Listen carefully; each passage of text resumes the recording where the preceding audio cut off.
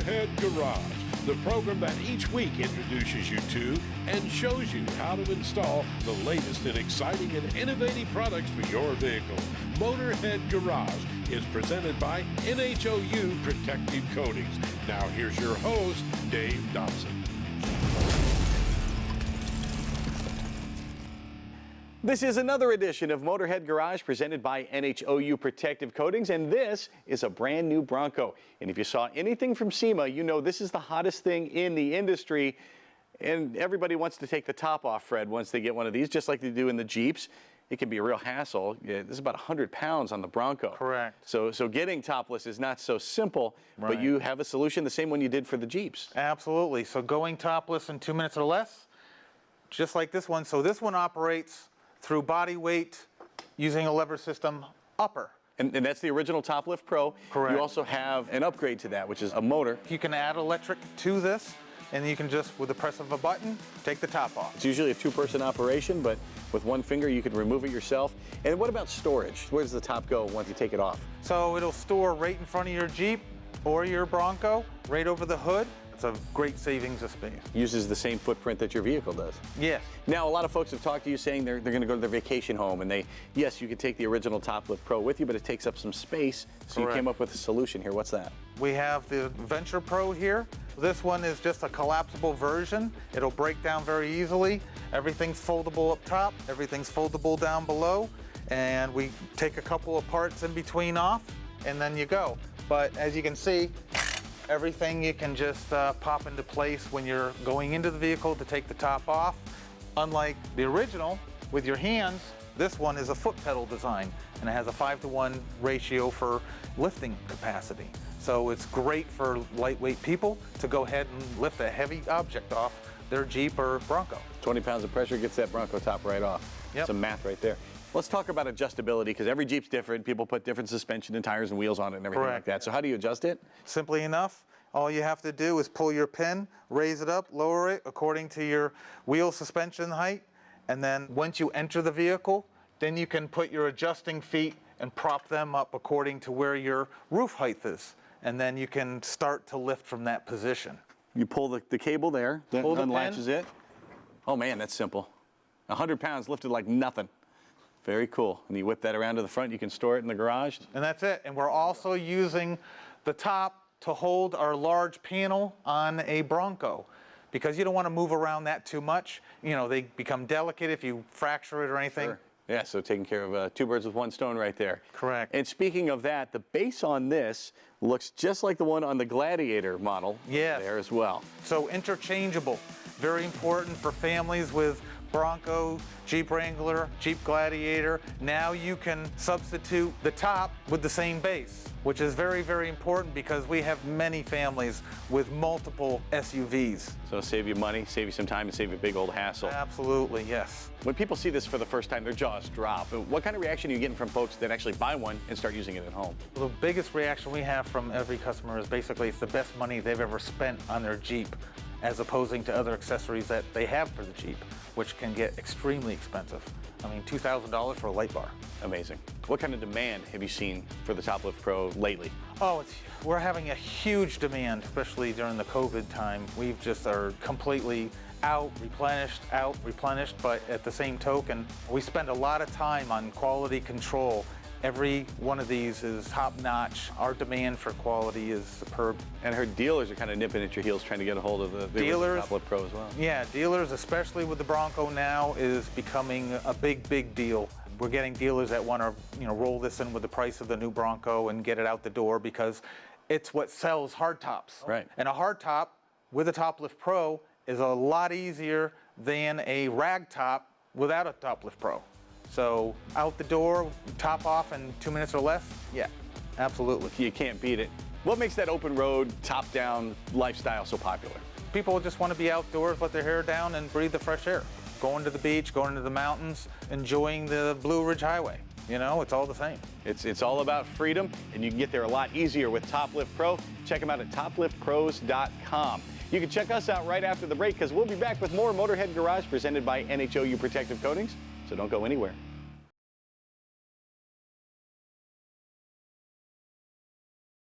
Motorhead Garage, presented by NHOU Protective Coatings, is brought to you by RockAuto.com.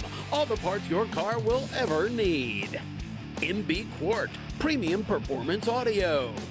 Warren Industries. When you go with Warren, you go prepared.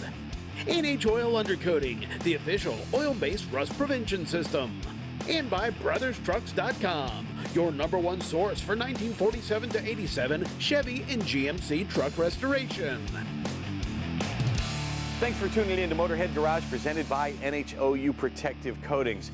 You know, a lot of cool products come from a gap in the market. Maybe there's a niche that needs to be filled, and this is a case here. Now, Pop and Lock, Jackie, filled a gap. What was it, and how did you do it? Sure, yeah, that gap was a pretty big gap because way back in the day, truck tailgates did not have any lock on them, so people can easily get in and out. People were stealing things. People were taking the tailgates off the truck, stealing the actual tailgates. So Pop and Lock found that little market, that niche that was a need, and we filled it with something really simple at first, just a basic bracket that just kind of popped into the handle, locked that tailgate, and you know, when the tonneau cover boom happened, it was perfect married couple product line, because now you're having a complete covered storage area, but you can also secure it too, so nothing was being stolen. I've experienced the stolen tailgate myself. It's no fun.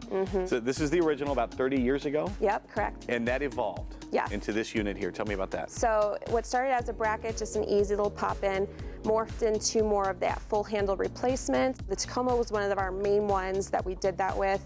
You actually have to pop out the old handle and you put our new one in, and it's got either a normal lock, or we also utilize the bolt coatable lock, which was an awesome feature because it codes to the actual ignition key. Excellent. And I know this is high quality stuff. You're not just some fly-by-night aftermarket company bolting stuff on. What do the OEMs think of what you're doing here? They were definitely impressed. Obviously, what does well in the aftermarket eventually makes its way to the OEM world.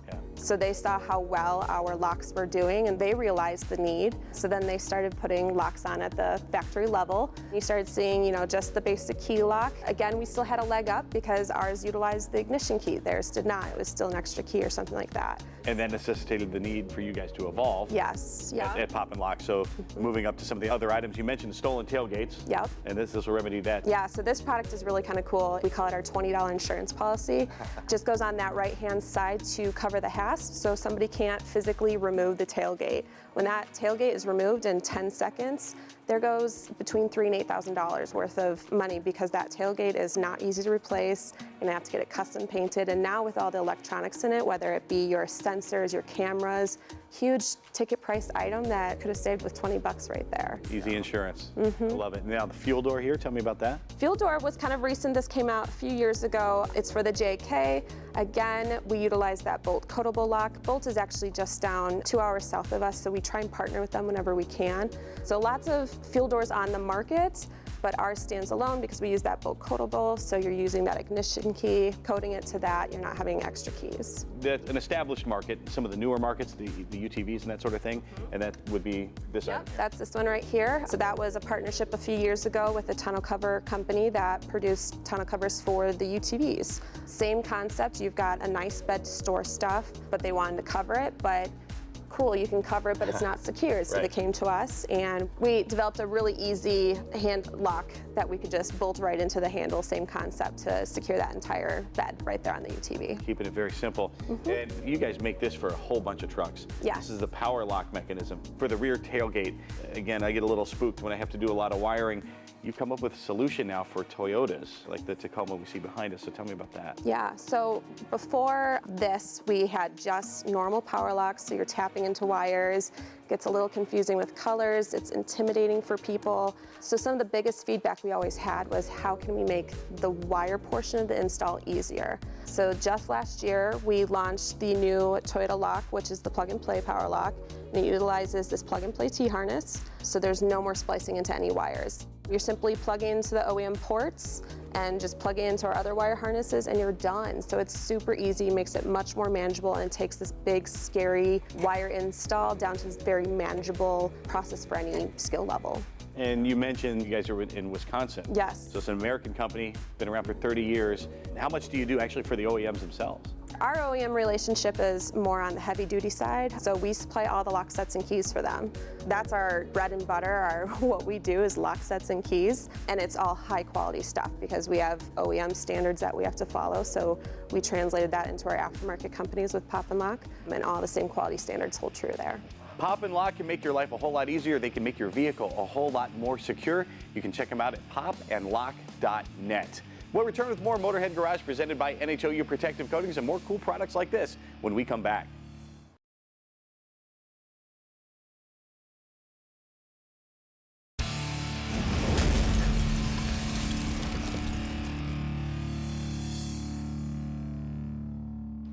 You are riding along with Motorhead Garage presented by NHOU Protective Coatings. And what if you're riding along and you notice your fuel mileage isn't as good as it used to be? Well, especially if your vehicle's a few years old, you might have an issue. What could the problem be, Adam? Thanks, Dave. So actually one thing that's generally overlooked on a common tune-up is your oxygen sensor. And so over time, the sensors deteriorate, get contaminated, and ultimately affect performance and fuel economy. And that can get worse and worse. How am I going to know that I've got a bad oxygen sensor? Well, as I said, so not always will the check engine light come on right away, but you will notice maybe you're getting worse fuel mileage. You don't really notice the pep that your vehicle had at one point, or sometimes you may even notice a smell coming from the exhaust, and that's all indicators of a bad oxygen sensor. So I could drive around and get crummy fuel mileage, Correct. or I can make a quick change, and that's going to save me a lot of money in the long run. Exactly. Actually, so with the cost of just replacing an O2 sensor on a normal tune-up, could pay for itself over the lifetime of the sensor from increased fuel economy. Well, let's talk about sensors here. You brought some in here from Walker Products. How do the sensors from Walker compare to what I would have on my original vehicle? So Walker Products O2 sensors are actually designed to be exact OE replacements for fit, form, and function. So what have you done to make sure the fit is like it should be? So we designed them to be just exact like the OE. So they have dual OEM shield design, rolled threads for easier installation. Okay, so you're not going to cross thread there. Instead of the real sharp edges on the threads, it's rolled? Exactly. Okay. OE connector and exact wire length, so you're not going to end up with extra wire length that has to be zip tied or tied up somewhere along the underside of the vehicle. And this is not like a universal thing. This is specifically made for your vehicle. Right, so exactly what you would take off the vehicle is exactly what's going to go back on. That's perfect. Now let's talk about the installation. What's that process like? So the installation is actually pretty simple. Some basic steps. So you would first locate the faulty O2 sensor, whether it's from an OBD2 scanner. So it'll tell you whether it's upstream, downstream, bank 1, bank 2, that's left and right. Disconnect the battery. Lift and securely support the vehicle. Unplug the O2 sensor from the vehicle harness. Remove any clips or cable ties that may be securing it to the frame. And then simply just unthread it from the exhaust. You can even use one of the Walker Products specialty wrenches. When installing the new sensor, you would apply anti-seize to the threads so that it doesn't seize. Install by hand and then torque to 26 foot-pounds. With any of these, it's 26 foot-pounds? Yep. Is that the same as it would be with the OE as well? Correct. And so that torque rating actually is what's designed for the crush washer to seat properly, so there's no exhaust leaks. Putting the new one in, you just reverse the process from taking the old one out. Exactly, and especially since these are going to be exact like the OE, super simple. Well, if you're noticing bad fuel economy in your vehicle, it's probably the O2 sensor. You can check out these and other engine management sensors at walkerproducts.com. Time now for the lowdown with Magic Creeper. If you haven't seen it, you're going to love our sister show. It's called Tech Garage. It's on Saturday mornings on Motor Trend. I co-host it with John Gardner. Now, he's a master technician. He is also a college professor, and that's where he gets to use the Magic Creeper, and he says his guys love it. Well, Dave is an instructor at Chipola College. We don't have the luxury of a bunch of lifts. We have one here, but we have 25 students. And think about that for a minute. We have a class called Introduction, and a lot of that's just vehicle inspections. And with the ride height on vehicles today, creepers just don't work. So we get a bunch of Magic Creepers. We can put lessons together with different lesson plans and have 5, 10, 15 students relatively inexpensively just bam, get under the car, do the visual inspections, identify parts, come out, roll it up. The next student has it. We've had them for years. They work great because we have asphalt. Sometimes we have to put them in the grass. I mean, we're backed up. We don't have a problem rolling it. But creeper, number one, can't get under the car. And number two, on the surfaces, especially with the asphalt, it doesn't work very well. We're down here in Florida. It's so hot. Half the time the wheels are sinking down in the asphalt. That's how hot it is. But no, this is no problem. It gets under the cars, whether it's grass, whether it's cobblestone. We have rocks on our driveway, and we have some concrete surfaces. It doesn't make a difference. How easy is the creeper to clean once you go through all this with the students? The Magic Creeper's super easy to clean. We got 25 students, you know, it's like having 25 kids. They're not going to clean it. We've had some traditional creepers, and we use them in the weather. The wheels all rust. Some of them are wood, they rot and break. This one, we just wipe it off, roll it up, put it away. Sometimes they don't roll it up, they just hang it up. The next guy gets it out, they just dust it off. I mean, we got tools falling. These kids, they can't even puncture it. I mean, super durable. Don't miss Tech Garage on Saturday mornings. And do not miss the conclusion of Motorhead Garage presented by NHOU Protective Coatings, because when we come back, a really cool classic Corvette you are going to dig.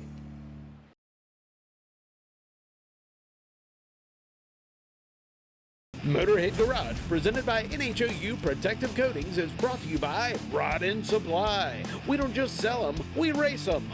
Hot Wire Auto, we do the work so you can play. Tornador Tools, the must-have detailing tools. And by Dorman Products, driving new solutions. We get a lot of requests here at Motorhead Garage presented by NHOU Protective Coatings. Here's a segment from our old studio from a few months ago. This is the classic American automobile. It's a 1963 Corvette Stingray. It's the split window. They are hard to find. There were only 10,000 of them made, and to find one this good is pretty amazing. And just when you think this car can't get any better, oh, it can, because Billy is here from Corvette Correction, and you've made classic cars like this even better. First of all, what about a Corvette needs correcting in the first place? Well, we started this business with the first generation car, and those need a lot of correction. These cars were pretty good cars. We have made them better by using our chassis and putting the C4 suspension underneath them. They had a lot of problems with rust in these cars because people drive them in the snow and the ice and salt and what have you, but it is a pretty cool car. Technology has changed? Oh yeah, you know, all the stock control arms were stamped steel control arms. They were heavy. They had kind of a poor setup on the rear suspension.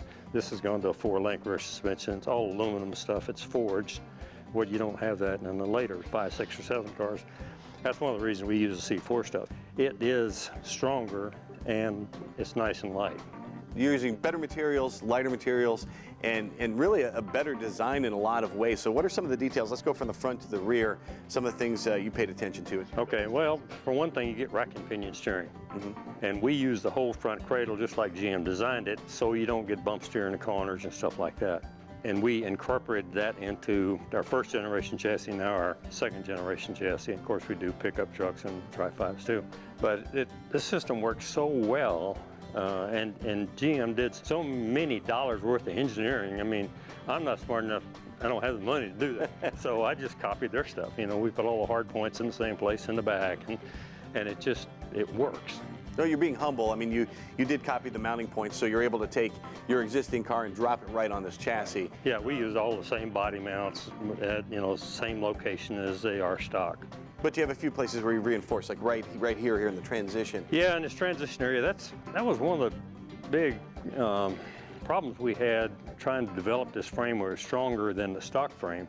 And what we do in this area right here is we use a piece of this 3x4 3/16 wall tubing. Same as the cross member there? Same as that cross member.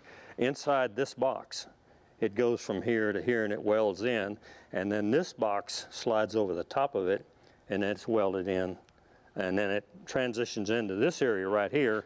It's a triangle piece that we put on this 3x4 box tubing to give it more rigidity. So it keeps it from flexing in this direction. We're trying to keep the flex out of the cars, and we've been able to do that successfully with reinforcing this box. The first one I didn't put the box in there, and it had less flex than the original frame, but it was still more than I wanted. You're always testing and you know, doing some R&D. The prototype was, you know, it worked, but it didn't work as well as these do. Right, your engineering mind went to work and you did things like that, and you also added the gussets there that we see. Yeah, we put gussets in the corners of everything but the prototype frame, and that helps this whole area just really be strong.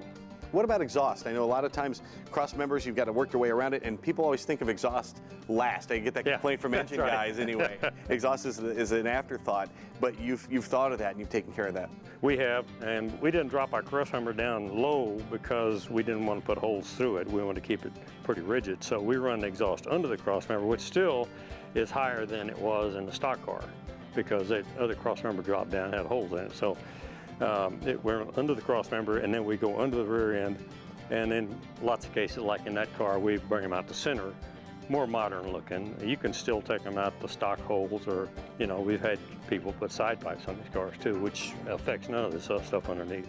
Last time you were here, you brought a 62 that was immaculate, and I still tell people it's the best car I've ever driven. You mind if I take this one for a spin? No, you need to. Let's do it. Let's go. Billy, this car is amazing. It looks incredible, and it drives just as well. I know the burning question from people is, what are they going to have to do to their car? How much are they going to have to cut it up to mount it in one of your frames? Not a lot. I mean, just take those two jack welds out behind the seat here, and we have a fiberglass panel that glues right in there. And that's the only thing you have to do. The body will fit right on the frame other than that. And the only reason we have to do that is because the bigger pumpkin, what have you. Gotcha. Well, this thing is amazing and handles as well as any new car I have ever driven. You really got a winner here. And anybody with a classic Corvette, with a Tri-5 or Chevy truck, you're going to want to check out Corvette Correction, because everything starts with a really good foundation, and this is a really good foundation, Billy.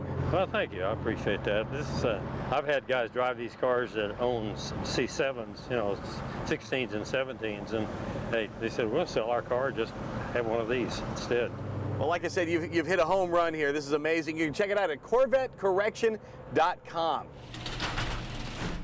Man, what a way to start off 2022. We've got a whole lot more planned for this season, so be sure to tune in next week for Motorhead Garage, presented by NHOU Protective Coatings. A special episode next week as we come to you from the PRI show in Indianapolis. See you then.